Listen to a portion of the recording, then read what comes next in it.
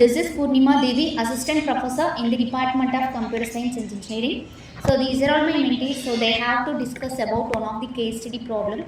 So what is the problem is we have to define n number of variables in our program. So in this, how to define the particular data type. So this is the most uncomfortable to define our data type. So we have to use n number of variables while declaring the variables or initializing the variables. So based on this, all this has to be done because of the data type. So some of the clarification has to be defined to define the data type. So we have to take the case study problem statement as a data type and how to define the particular problems and what we have to use for the particular data type for the opted variable. So we have to discuss about it. Yeah, actually we have chosen DT. DT is a data type. Data type is very important right now for the program creation. Whatever program we creating or a very simple two-line program, we also need a variable. Variable is going to be considered in the below of data type only. So data type have three types: primitive, non-primitive, user-defined, and abstract. And also extra we have abstract. That is not combined to come with a data type. It also very needed for a data structure. So whatever variable we have initiative or initialized in the program, that should be in preserved method, like one, it should be primitive or non-primitive. It shouldn't be under control of non-primitive types, because that's how program will work. That's also have some rules. We can create whatever program in that, but there will be some steps to follow to accurately to execute the program. So my follow members will be tell about the types and how it's work. So now we see about the primitive data types. Primitive data type is a basic data type.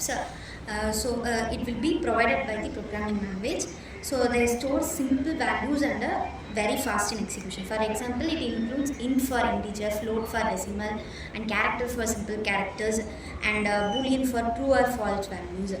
So for example, we can write int a is equal to 10, float b is equal to 5.5. These data types are directly stored their values in a memory. So they are mainly used for a basic operations like calculations and comparisons. So let us move to the non-primitive data type. For example, a string can store multiple values. A string name is equal to Kartika. They include arrays, characters, class, string, and objects. Unlike primitive data types, they can store multiple values and have special methods. They are very useful in OOPS because they allow us to create the many methods. Let us see the user-defined data type. User-defined data type. User-defined data types means created by the user. In OOPS, it has a two concept: class and object. Class is a blueprint and object is an instant of a class. For example, we create a class as a student. For the student, it takes its ID and name, which is used in the OOPS concept. Class and objects makes the program more organized and reliable. Let us see about abstract data type. So abstract data type, it focuses on what data does, not how it is implemented. So it hides internal details and shows only the necessary operations. So ADT provides a clear structure for working with data. For example, stack, queue, and list. In a stack, we use only two operations like push and pop. So we don't worry about how the stack is implemented internally. So ADT helps in simplifying programming. It also improves security and data protection. So overall, ADT makes program easy to understand and manage. So far whatever we have talked about, we can get a basic idea of how's the database, and first what is data type and how it's working in a program. So far the primitive database, we can get an idea from it is just using for a very normal programs like 2 to 3 5 lines or on a very array arrangement. Like that we can use in a primitive data types.